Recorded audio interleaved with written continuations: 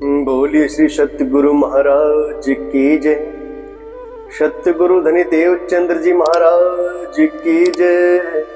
महामती श्री प्राणनाथ प्यारे की जय। सतगुरु श्री राम रतन साहेब की जय। मेरे प्राणाधार, मेरे आत्म संबंधी सुंदर साथ जी, आप सभी के चरणों में मेरा कोटान कोट प्रेम प्रणाम।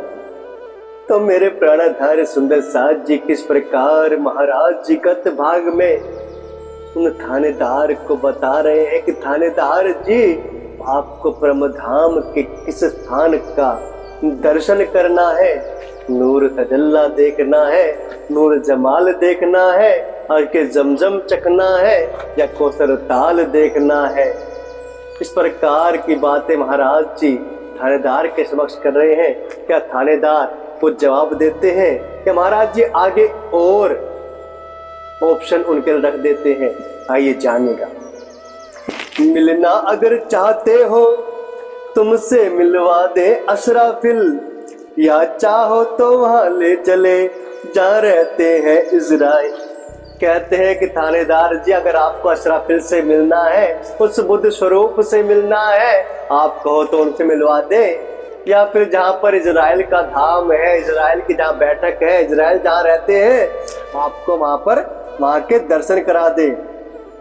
अच्छा जरा गौर से देखो, वह नूर बाग अपना, आम्रनाग की रविशों पर भी ध्यान जरा देते रहना।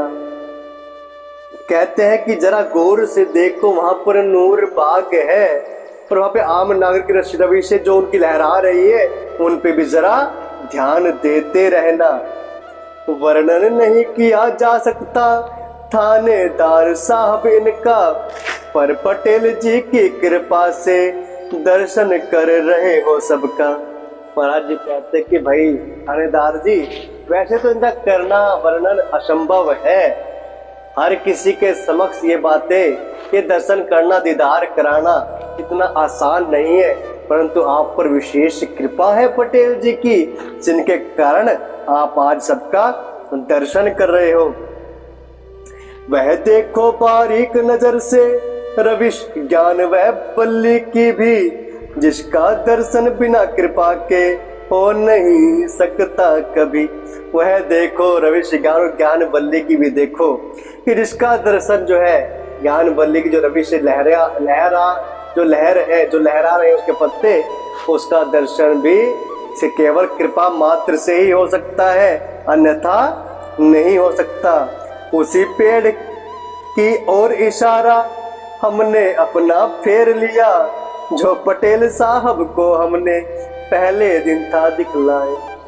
कि बातें करते हुए, सबका दर्शन कराते हुए, हमने उस गांजे की पेड़ की ओर इशारा करते हुए कि उसके रविश देखिए, उस ज्ञान बल्ले की पत्तों की लहराहट देखिए, उस पेड़ की तरफ ने इशारा कर दिया, जो कि हमने एक दिन पहले ही पटेल साहब को दिखलाया था, जिसके कारण वह थानेदार को लेकर मंदिर परिसर में आए थे।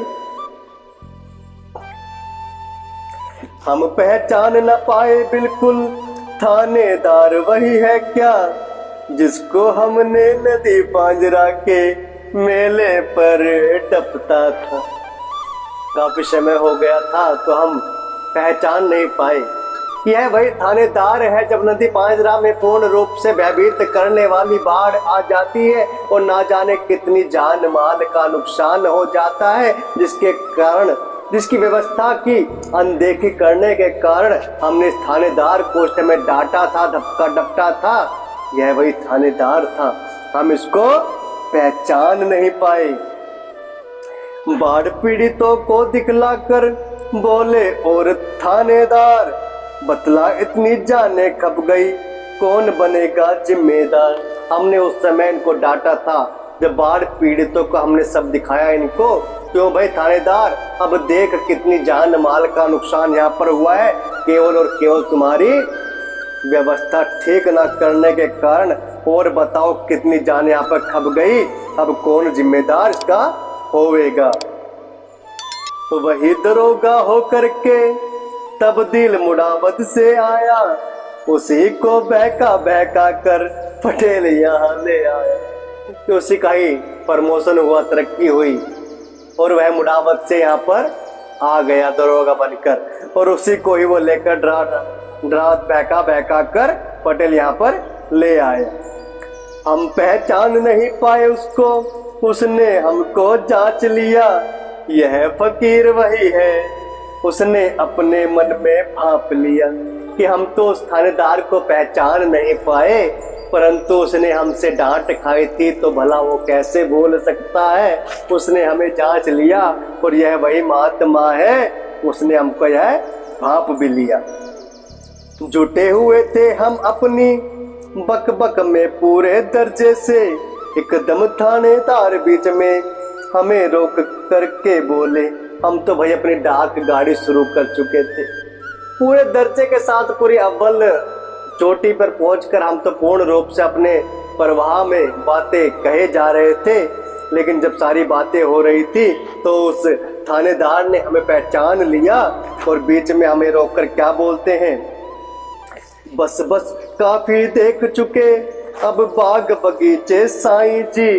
हम बोले सारे थोड़े ही दिखलाए हैं तुम्हें अभी।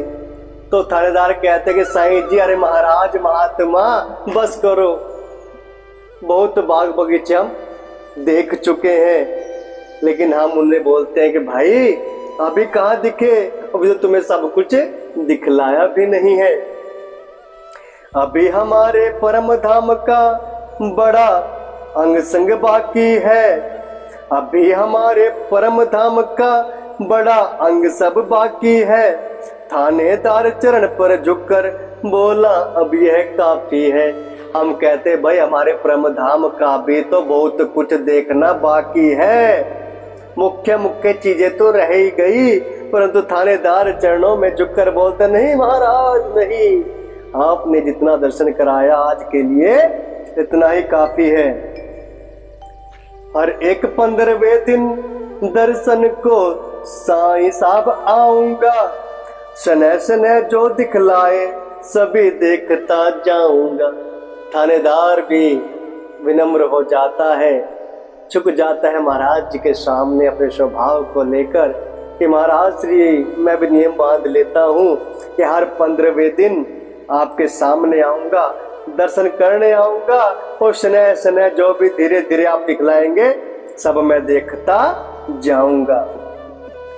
नजर गुजारी 10 रुपयों की चलते समय दरोगा ने कहा खर्च से तंग मत रहना और जरूरत हो देवे। कि महाराज जी के सामने 10 रुपए का चढ़ावा वो चढ़ा देते हैं सेवा में और कह देते हैं महाराज जी अपने पैसों के कारण तंगी मत बरतना, अगर गुजारा ना हो पाए किसी प्रकार भी पैसे की आवश्यकता हो तो आप हमें बताइएगा, हम आपको अवश्य देंगे। हमने कहा दरोगा जी क्या करे बताओ हम इनका, हमें जरूरत ही नहीं होती बोझा क्यों लादे धन का। महाराज जी पहले ही मोहमाया से बड़े दूर थे, उनका विरक्त स्वभाव था पैसे पूंजी को लेकर। तो थानेदार को स्पष्ट कर देते हैं कि दरोगा जी बताओ हम करें तो करें क्या इसका, जब हमें इसकी जरूरत ही नहीं पड़ती तो इस धन के बोझ को अपने कांधे पर लादने का औचित्य भी कुछ नहीं बनता। उसने बोला, उसने बोसा लिया कदम का, हमने आशीर्वाद दिया, देखा देखी उस पटेल ने आज हमारा चरण लिया। तो उसने अपने कदम बढ़ाए वापसी की ओर और हमारा आशीर्वाद भी लिया।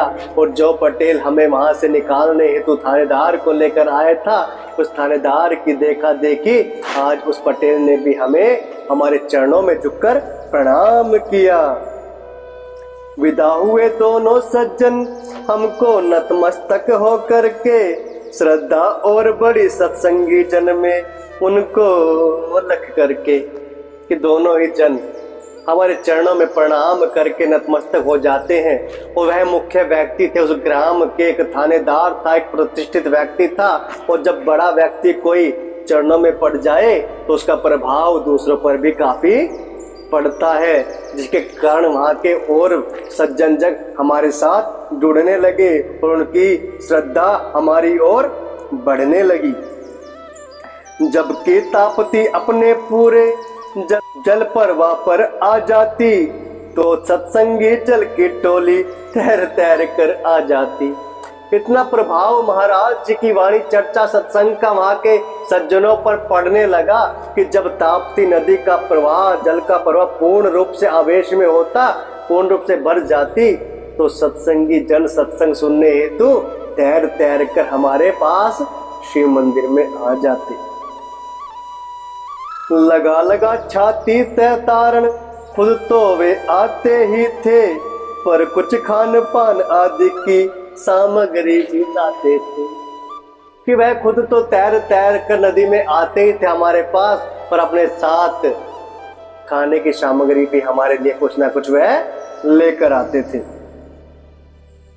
बंधे हमारे प्रेम पाश में, चस्का ऐसा लगा उन्हें, भरी ताप्ती में कूद जाते, भय जैसे नहीं रहा उन्हें।